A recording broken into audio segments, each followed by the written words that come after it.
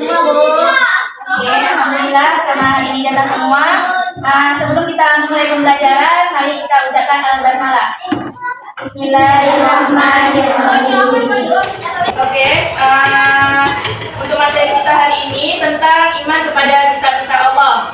Karena materi kita kemarin sudah berkaitan tentang iman kepada malaikat, jadi minggu ini kita akan membahas tentang iman kepada kitab-kitab Allah. Jadi, anak-anak ibu ada yang tahu tidak? Ada berapa kitab-kitab Allah? Ada 6. Ada 6? Ya, ada berapa? Ada 5? Ada berapa? Ada 4, ada 3, ada 2, ada 1, 5, 6, 4. Ada 4? Ya, benar. Kitab-kitab Allah itu ada 4. Yang pertama yaitu kitab Zabur, yang kedua kitab Taurat, yang ketiga kitab Injil, dan yang keempat kitab Al-Quran. Ya, benar. Oke, langsung masuk ke pembahasan ya.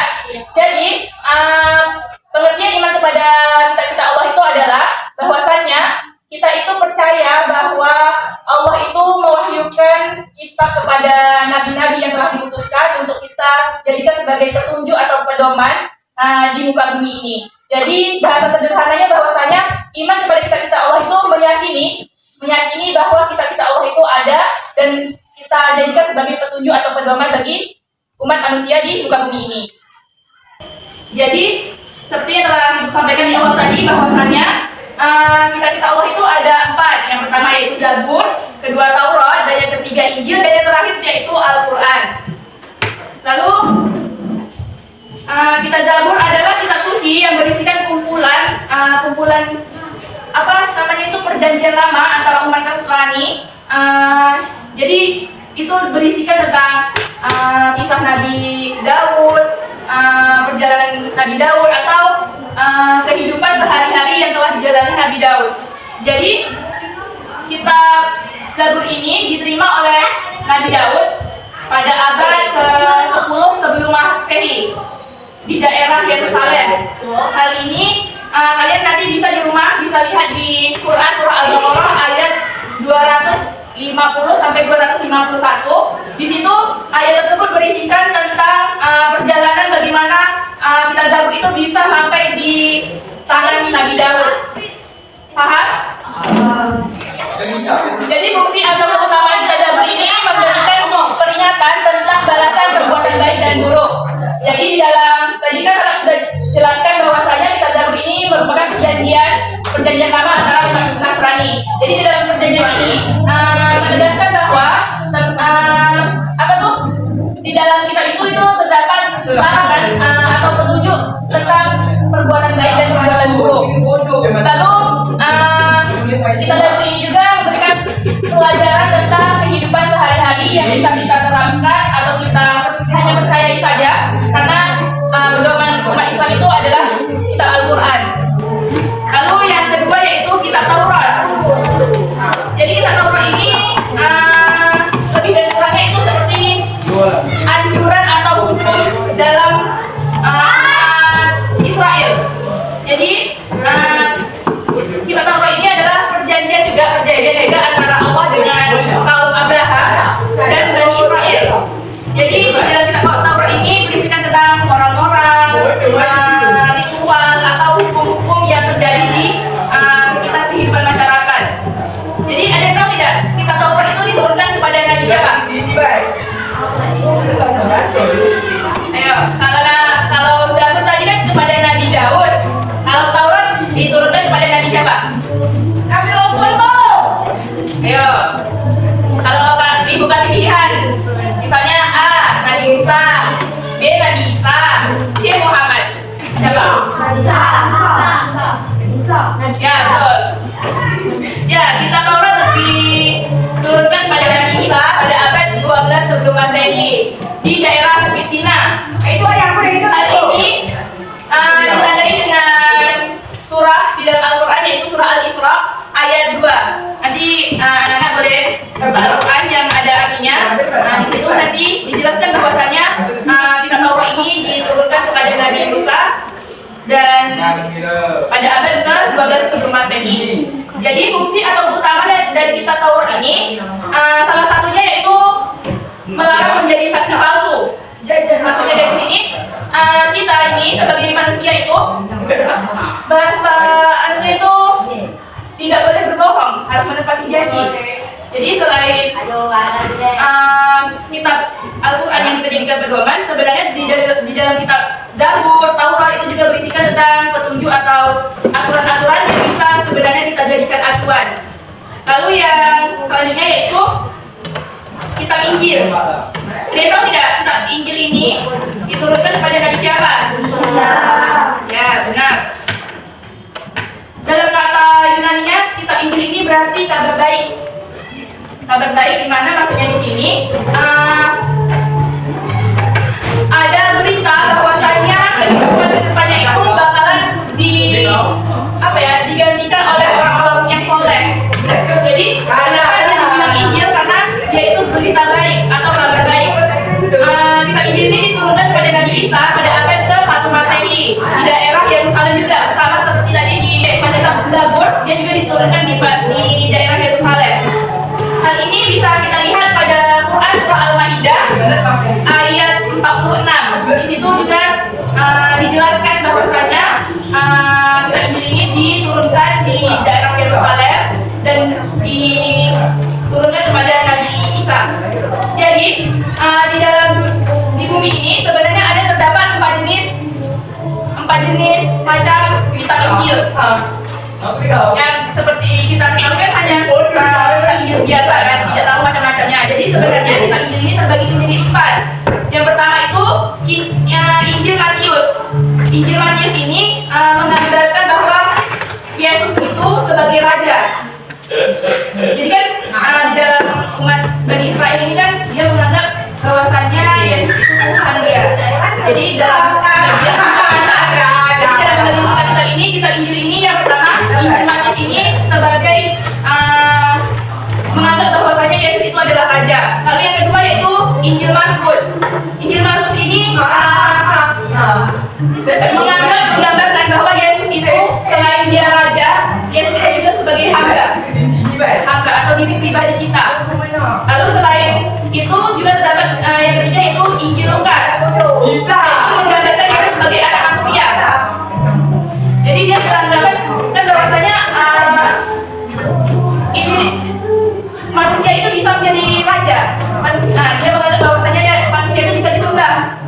Jadi Injil ini berpatokan seperti itu. Lalu yang terakhir itu Injil Yohanes menggambarkan sebagai Yesus sebagai anak Allah. Jadi sebenarnya ini musyrik kan? Kok bisa Yesus sebagai anak Allah? Memang anak Allah beranak. Jelas telah disampaikan ke di dalam surah yang artinya itu kan bahwasanya Allah itu tidak beranak dan tidak pula diperanakan kan? Nah, kenapa pula bisa Injil yang terakhir ini menggambarkan bahwa Yesus itu sebagai anak Allah? Itu kan musyrik berarti. Lalu yang keutamaan dari kitab Injil ini tidak lain dan tidak bukan sebagai petunjuk dan pedoman bagi umat Israel, bukan umat Islam ya. Lalu yang terakhir itu kitab Al-Quran. Al-Quran dalam bahasa Arab yang berarti, ada yang tahu? Al-Quran mengumumkan dari Al-Quran yang tahu. Ada yang tahu apa artinya? Al-Quran dalam bahasa Arab yang berarti, bahasa Indonesia artinya baca. Ya, Al-Quran berarti bacaan. Jadi Al-Quran ini adalah salah satu kitab suci umat muslim yang kita jadikan pedoman dalam hidup. Kita gunakan sebagai petunjuk, sebagai arah kita. Jadi kita sebagai umat muslim, jika tidak ada petunjuk, kita tidak mungkin jalannya lurus saja, tidak belok kanan, tidak belok kiri. Mana tahu lurus itu malah ada juga di depan kan? Jadi kita butuh Al-Quran untuk sebagai petunjuk atau pedoman kita sebagai umat muslim. Jadi Al-Quran ini diturunkan kepada Nabi siapa? Ya benar, Nabi Muhammad pada abad ke-610 Masehi. Lama jaraknya setelah kitab Injil. Kitab Injil kan 1 Masehi kan? Nah, ini sampai 610 Masehi. Jaraknya sampai 609 Masehi. Jaraknya sangat lama sekali. Di mana di situ perjuangan Nabi Muhammad mendapatkan ini tuh tidak mudah. Jadi ini juga turunnya Al-Quran itu bertepatan pada malam 17 Ramadan atau biasa disebut dengan malam. Ya, benar.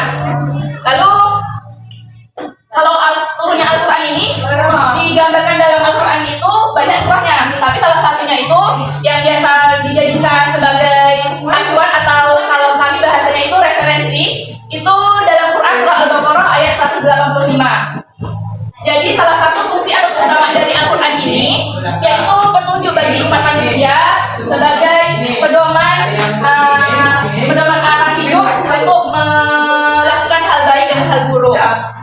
Oke. Ini tadi materi dari Ibu untuk mengetahui pemahaman anak-anak Ibu. Ibu sudah menyiapkan kuis di mana di dalam kotak ini berisikan kertas-kertas pertanyaan. Pertanyaan tak sulit, bukan tak mudah, tak sulit. Mudah untuk dijawab. Kalau kalian tadi mendengarkan apa yang telah Ibu sampaikan, apa yang telah Ibu berikan tadi, pasti kalian bisa menjawab kuis yang ada di sini. Boleh mulai dari sini, ambil satu-satu.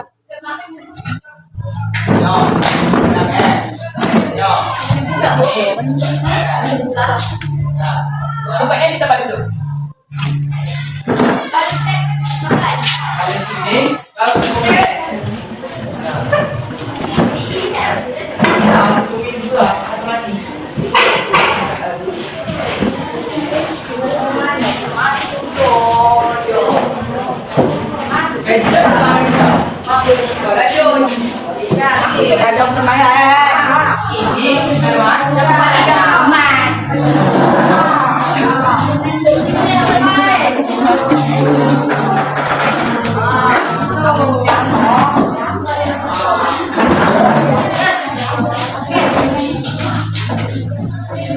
Oke, sudah semua?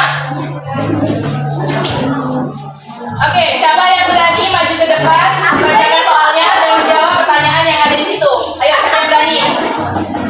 Sebelum Ibu tunjuk, siapa yang memberanikan diri untuk maju ke depan? Ayo, pertanyaannya tidak sulit. Tidak. Iya, tidak.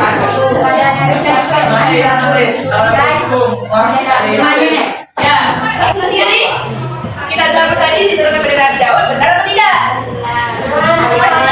Ya, beri aplaus untuk siapa? Ya, beri aplaus untuk aku. Benar jawabannya. Saya berikan kepada Nabi Daud. Lalu ada lagi kan yang berani membacakan soalnya lalu menjawab pertanyaannya? Soalnya menjawab pertanyaannya.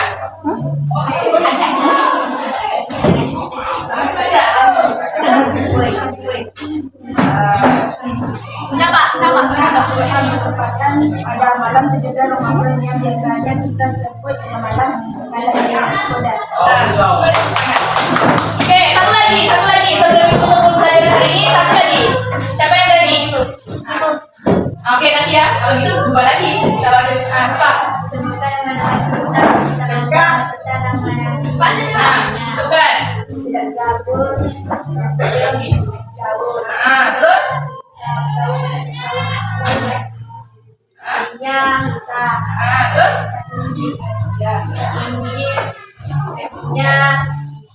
Esa. Itu tidak bukan namanya.